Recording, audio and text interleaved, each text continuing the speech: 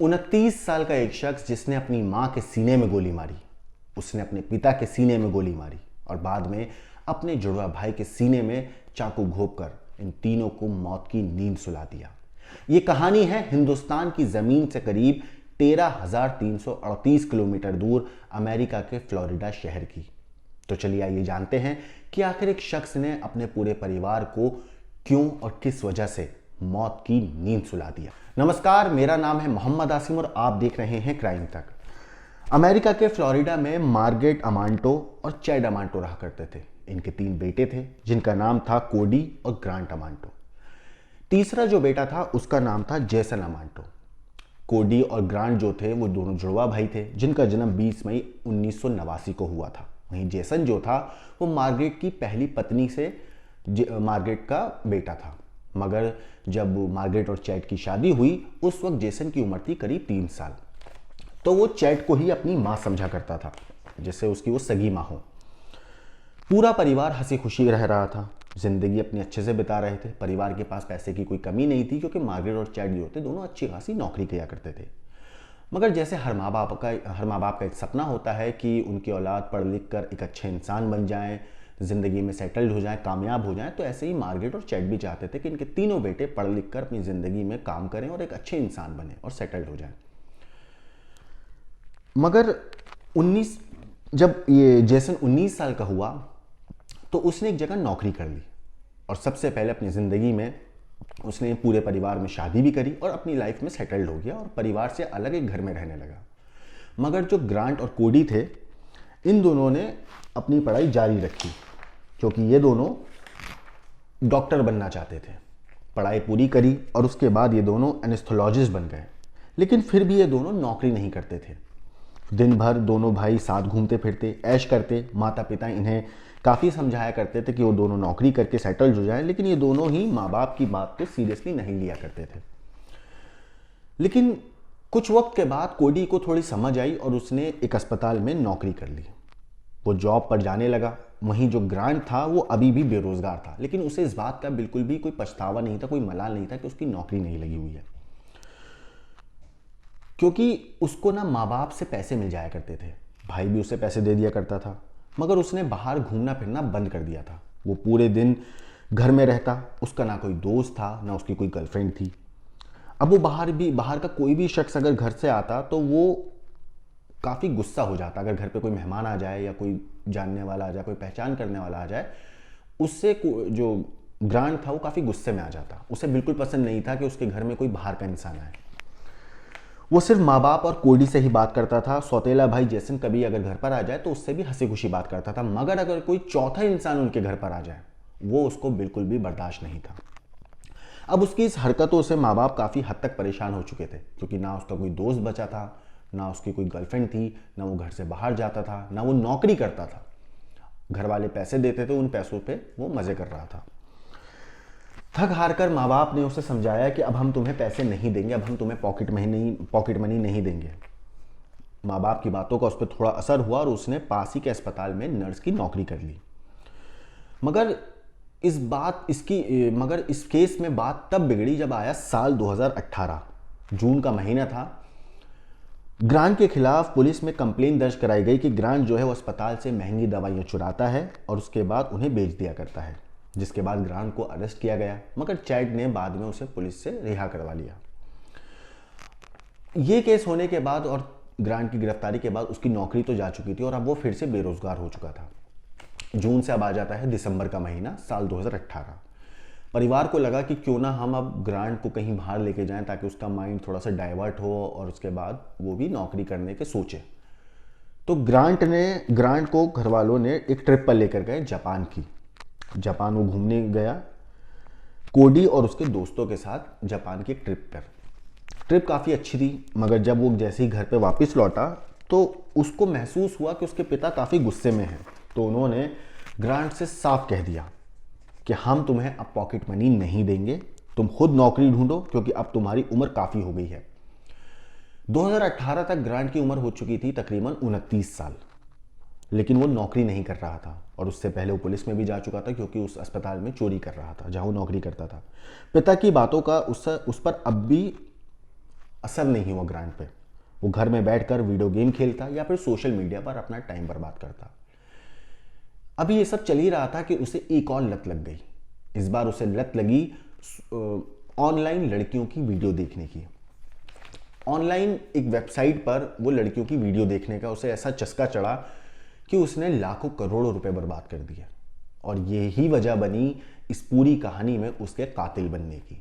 दरअसल एक वेबसाइट पर उसे लड़कियों की वीडियो देखने का ऐसा शौक चढ़ा कि उसे उस वेबसाइट पर एक लड़की मिली जिसने अपना नाम सिल्वी बताया ग्रांट को, और बताया कि वो बुल्गारिया की रहने वाली है।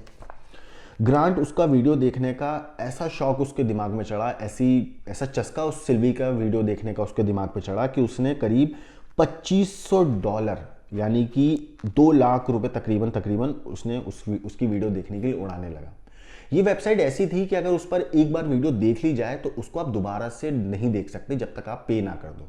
और इसके दिमाग पे तो सिल्वी का भूत ऐसा सवार हो चुका था कि इसने हजारों डॉलर बर्बाद करने शुरू कर दिए सिर्फ सिल्वी की वीडियो देखने के लिए। वो सिल्वी के अकाउंट में पैसे ट्रांसफर करने लगा वीडियो देखने के लिए। अब उसके पास तो पैसे थे नहीं, तो वो अपने कभी भाई से लेता, कभी अपने पिता से लेता, कभी अपनी माँ से लेता और सिल्वी की वीडियोस देखा करता। वो इतने पैसे उड़ाने लगा था कि एक बार तो कहते हैं कि रिपोर्ट्स के मुताबिक कि सिल्वी को ही पूछना पड़ा कि आखिर तुम इतना पैसा क्यों उड़ाते हो मुझ पे। तब उसने सिल्वी से झूठ बोला कि वो एक गेमर है और उसके पास बहुत पैसा है। सिल्वी को भी उससे क्या मतलब, उसके अकाउंट में तो पैसे आ रहा था वीडियो देखने के, उसे भी कोई दिक्कत नहीं थी क्योंकि आराम से उसकी तो कमाई हो रही थी हजारों डॉलर की। इसी तरह कुछ ही दिनों में ग्रांट सिल्वी की वीडियो के बदले करीब 2 लाख अमेरिकी डॉलर, जो कि करीब 1 करोड़ 1.5 करोड़ के आसपास की रकम थी, उससे भी ज्यादा वो पैसे सिल्वी को दे चुका था सिर्फ उसकी वीडियो देखने के लिए। अब यहां ग्रांट को ऑब्सेशन सिल्वी के लिए इस कदर बढ़ चुका था कि वो छुप छुपाकर माँ बाप के क्रेडिट कार्ड से भी पैसे सिल्वी के अकाउंट में ट्रांसफर करने लगा।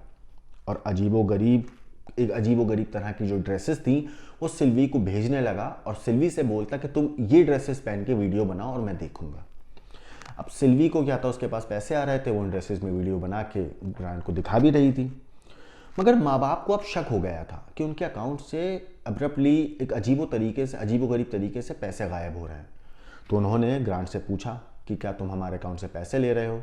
तो उसने बोला कि वो एक गेम है, उसमें पैसा लगा रहा है और जल्दी उसे ढेर सारा पैसा मिलेगा, तो मैं आपके सारे पैसे लौटा दूंगा। लेकिन जल्द ही उसका झूठ पकड़ा गया। इस बात से नाराज होकर मार्गरेट ने कोडी को खूब डांटा, लेकिन उन्हें अब भी नहीं पता था कि ग्रांट आखिरकार पैसों का कर क्या रहा है। उन्होंने जब ग्रांट से पूछा तो वो गुस्से में घर से गाड़ी ली और चला गया। अब माँ तो माँ है, जैसे बेटा गया तो माँ ने पहले तो ग्रांट को वापस फ़ोन करके वापस बुलाने की कोशिश करी, मगर वो नहीं आया। तब जाके जो उसकी माँ थी चैड, उसने पुलिस को फ़ोन किया और बताया कि ऐसे ऐसे हमारा बेटा घर से बाहर निकला है। पुलिस ने रास्ते में ग्रांट की गाड़ी रोकी तो ग्रांट ने पुलिस को बताया कि वो अपनी आंटी के घर जा रहा है। हालांकि उसने किया भी ऐसा ही, वो अपने माँ बाप के घर से निकलकर अपनी आंटी के घर चला गया और कुछ दिन वहाँ रहने लगा। कुछ दिन वो आंटी के घर रहा और फिर थोड़े टाइम के बाद वो वापस अपने माँ बाप के घर आ जाता है। इसी बीच जो उसकी आंटी थी ग्रांट की, वो बैंक पहुँचती हैं अपने पैसे जमा करने, कुछ पैसों के ट्रांजेक्शन्स करने। तो उन्हें पता चलता है कि उनके अकाउंट से लाखों रुपए किसी सिल्वी के अकाउंट में ट्रांसफ़र किए गए हैं। जब ये बात उन्हें पता चलती है तो उन्हें फ़ौरन समझ में आ जाता है कि ये हरकत ग्रांट की है। अब जो ग्रांट की आंटी थी वो इस बात की जानकारी उसके पिता को देती हैं, और जब पिता को ये बात पता चली तो वो काफ़ी गुस्से में हुए। उन्हें पता चला कि ग्रांट अब तक सिल्वी को 2.5 लाख अमेरिकी डॉलर, जो कि करीब 2 करोड़ 6,98,000 रुपए हैं तकरीबन, वो ट्रांसफ़र कर चुका है। अब परेशान होकर ग्रांट के माँ बाप ने उसे नज़दीक के एक रिहैब सेंटर में भर्ती करा दिया। वहीं सिल्वी को भी ग्रांट के माँ बाप ने हर अकाउंट से ब्लॉक कर दिया और ये बात बोली कि आज के बाद अगर तुम ग्रांट से कोई भी तनिक कांटेक्ट करोगे तो तुम्हारे लिए अच्छा नहीं होगा। उधर ग्रांट जो होता वो अभी तकरीबन 14 दिन ही रिहैब सेंटर में था। उसने एक दिमाग में एक आइडिया आया कि मैं सबसे ये बोलूँगा मैं अब ठीक हो चुका हूँ। तो 14 दिन भी पूरे नहीं हुए तो उसने डॉक्टरों को सबको ये भरोसा दिला दिया कि अब मैं ठीक हूँ, अब मैं ऐसी कोई हरकत नहीं करूँगा। जिसके बाद वो रिहैब से बाहर आ गया। जैसे ही वो घर पर आया तो उसने सिर्फ एक जिद पकड़ी कि वो सिल्वी से बात करना चाहता है। लेकिन माँ बाप ने कुछ नियम बनाए और कहा कि उससे साफ कह दिया कि तुम्हें अब फ़ोन और लैपटॉप नहीं मिलेगा, तुम नौकरी करो और पैसा कमाओ, फिर वो घर पर ही तुम नौकरी करो और पैसा कमाओ, उसके बाद जो तुम्हें करना है तुम करो, लेकिन हम तुम्हें अब ना लैपटॉप देंगे, ना फ़ोन देंगे और ना पैसे देंगे। जिसके बाद वो अब घर पर ही रहने लगा। लेकिन उसके जो ये माँ बाप ने नियम बनाए थे उसका दम घुटने लगा। और फिर आती है तारीख 24 जनवरी 2019 की। यहाँ ग्रैंट के माँ बाप ने उसे नौकरी करने के लिए फिर से कहा, तो उस दिन घर में खूब झगड़ा हुआ। कोडी भी घर आया और फिर उसके बाद उस घर में कुछ ऐसा हुआ जिसके बाद एक हैवानियत भरी कत्ल की कहानी लिखी गई। 24 जनवरी 2019 की अगले दिन मतलब 25 जनवरी को कोडी अस्पताल नहीं पहुंचा जहां वो नौकरी करता था, यानी कि कोडी ग्रांट का जो जुड़वा भाई था, जिसने सबसे पहले नौकरी, जुड़वा भाइयों में सबसे पहले जिसकी नौकरी लगी थी, जो ग्रांट के साथ घूमता था। कोडी घर पहुंचा। घर पहुंचने के बाद कोडी ने माफ कीजिएगा, कोडी अस्पताल नहीं पहुंचा तो उसके दोस्त ने उसको फ़ोन किया तो उसने फ़ोन उठाया नहीं। तो कोडी के दोस्त को कुछ शक हुआ। उसके बाद वो उसके घर पहुंचता है कोडी के, तो वो देखता है कि जो घर है उसका दरवाज़ा अंदर से बंद है और घर की जो खिड़कियां हैं उस पर कुछ खून के धब्बे हैं। जिसके बाद वो पुलिस को इस बात की इत्तला देता है। पुलिस घर में आती है, पुलिस मौका वारदात पे पहुंचती है और दरवाज़ा तोड़कर अंदर जाती है तो देखती है कि सीढ़ियों के पास एक लाश पड़ी हुई है। वो लाश है कोडी की और उसके सीने में चाकू का एक जख्म है। जब वो पुलिस और अंदर जाती है तो देखती है कमरे में मार्गरेट की लाश पड़ी हुई है और दूसरी जगह पे चैट की लाश पड़ी हुई है। तो उन्हें ये लगता है पुलिस को पहली नज़र में कि शायद कोडी ने अपने माँ बाप को मारकर खुद भी आत्महत्या कर ली। मगर वो हैरानी तब होते हैं जब उन्हें पता चलता है कि घर में एक शख्स और है जिसका नाम है ग्रांट और वो घर से लापता है। पुलिस तलाश करती है तो जल्द ही उसे पकड़ भी लिया जाता है। उससे जब पूछताछ की गई तो ग्रांट ने बताया कि उसके पिता घर वालों को दबाकर रखते थे जिससे कि पूरा परिवार परेशान था। उसने पुलिस के सामने खुद को पीड़ित बताते हुए कहा कि उसके पिता की वजह से ही ये सब हुआ है। उसे बाकी इस बारे में कुछ नहीं पता क्योंकि वो 24 जनवरी 2019 को ही घर से चला गया था। वो रात भर अपनी गाड़ी में ही सोया। इसके बाद उसे नहीं पता कि उसके घर में क्या हुआ। लेकिन जब पुलिस ने उससे दोबारा पूछताछ करी तो उसने अपना बयान बदल दिया। उसने कहा कि नहीं, वो 24 की रात से नहीं बल्कि 25 की सुबह में अपने घर से निकला था।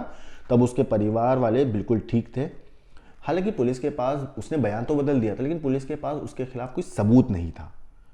मगर फिर भी पुलिस ने उसे जाने दिया और उस पर मगर नज़र बनाए रखी। मगर इस पूरे हत्याकांड के 3 दिन के बाद या कहीं 4 दिन के बाद 28 जनवरी को वो खुद पुलिस स्टेशन आया और उसने अपना गुनाह कबूल कर लिया।